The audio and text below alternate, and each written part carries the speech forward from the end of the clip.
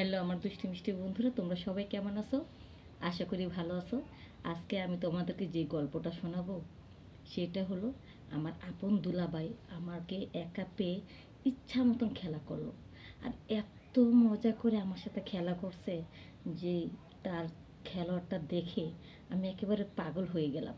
তো বন্ধুরা কীভাবে আমার সাথে খেলা করলো সেই বিস্তারিত শুনতে হলে কানের মধ্যে হেডফোন লাগিয়ে নাও, কেননা আশেপাশে লোকজন থাকলে সমস্যা হতে পারে।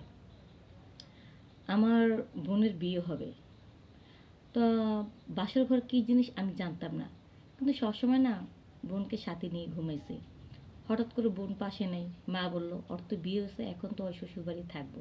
কিন্তু যে মানে স্বামীর বাড়িতে থেকেই আমার বোনকে বিয়ে দেওয়া হয়েছে। তো বিয়ের 3 দিন পর আমরা চলে আসবো আর কি। এই জন্য আয়োজনটা ওখানে করা হয়েছে। আমরা শহরে থাকতাম, বোন গ্রামে থাকতো। আয়োজনটা যখন ওখানে আমরা করেছি, তখন রাত্রেবেলা বোন যে ঘরে বাসর করবে সেই ঘরে আমি গেলাম। তো ঘরের ভিতরে ঢোকার আগেই দরজার সামনে দেখি একটা শব্দ হচ্ছে, চটাস চটাস করে শব্দ হচ্ছে। ভাবলাম এটা কিসের শব্দ, আর বোন না আ উ করে শব্দ করতে লাগলো। আমি ভাবছিলাম বোনকে আবার কেউ মারতেছে নাকি। টিনের ফুচকি দিয়ে দেখি কি, টিনের একটা ফুটো ছিল, সে ফুটো দিয়ে দেখি বোন তো শব্দ করতেছে মজার ঠেলায়।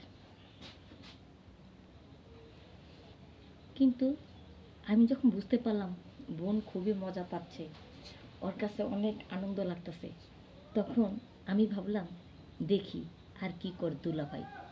তারপর দেখি দুলাভাইয়ের যে মানে আমার আপুর যে জাম্বুরাগুলো খুব সুন্দর ছিল। তো দুলাভাই না আমার আপুর জাম্বুরাগুলো ধরে ধরে একেবারে আলু ভর্তার মতো চাপতে লাগলো। তারপর আলু ভর্তার মতো যখন চাপতে লাগলো, ইস, আমার আপু যে আর কত মজা পাচ্ছে, অনেক মজা পাচ্ছে। তারপর ওগুলো দেখে না আমার নিজের ভিতরে না কেমন জানি লাগলো। আমার একটু মানে একটু সুরসুরি অনুভূতি লাগলো। আমার মনে হচ্ছে ইস, ওরকম করে যদি আমাকে ধরতো। তারপরে কিছু বুঝে উঠতে পারছিলাম না যে কীভাবে আমি আমার দুলাভাইকে পাবো। আমি এত পরিমাণ উত্তেজিত হয়ে গেছি যে এই মুহূর্তে দুলাভাইকে আমার খুবই দরকার। পরে দুলাভাই না ওয়াশরুমে যাবে, এই জন্য দরজাটা খুলে বের হলো কাজ করার শেষে।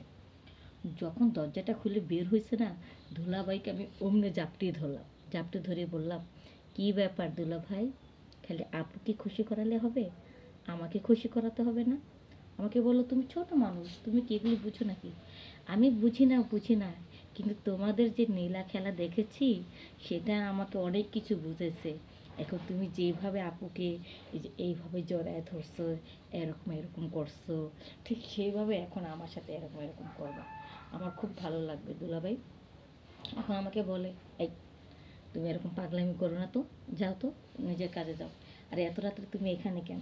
আমি বললাম দুলাভাই, তোমার যে এত সুন্দর পরশ, যতক্ষণ পর্যন্ত আমি না নেব ততক্ষণ পর্যন্ত তো আমি পাগল হয়ে যাব। আমাকে একটু আদর করো না দুলাভাই। তারপরে একটা মেয়ে মানুষ যদি ছেলের মানুষের কাছে আবদার করে তাহলে কি ফেলতে পারে বলো? দুলাভাই বলল, তো আমার সাথে যে এরকম করব, যদি একটা ঘটনা ঘটে যায় তুমি সহ্য করতে পারবে না। আমার খেলোয়াড়টা না অনেক বড়। তখন আমি বললাম, ইস, সহ্য করতে পারবো না বললেই হলো না, সহ্য করতে পারবো। তুমি খেলা করো, আমার কাছে খুব ভালো লাগবে। তারপর যখন খেলোয়াড়টা যখন মূল পজিশনে নেবে, ইঁদুরের গর্তের ভিতরে যখন খেলোয়াড়টা ঢুকাবে, তখনই না মানে এত একটা ব্যথা, চটাস করে একটা শব্দ হলো, আর আমি মা করে চিৎকার দিলাম। দুলাভাই আমার একটা মুখ এভাবে চেপে ধরে বলল, ইস, শব্দ করো না, প্রথম প্রথম একটু ব্যথা লাগবে, পরে সব ঠিক হয়ে যাবে। 2-4 বার দিল ধাক্কা, তারপরে ব্যথার ব্যথা, তারপরে ইজি হয়ে গেল। উফ, তারপরে শুধু মজা আর মজা, এত মজা যা জীবনও পাইনি। তো বন্ধুরা, তোমরা কি এরকম মজা আমার সাথে করতে চাও? অবশ্যই কমেন্টে তোমাদের নাম্বারটা অবশ্যই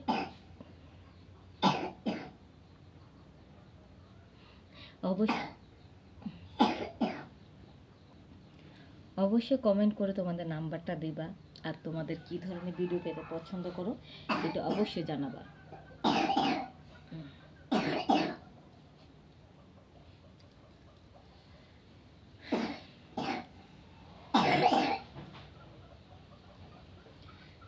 ডাবের পানি, ডাবের পানি, কচি কচি এই ডাবের পানি, হায় খেলে পরে চলে যাবে সব চুলকানি।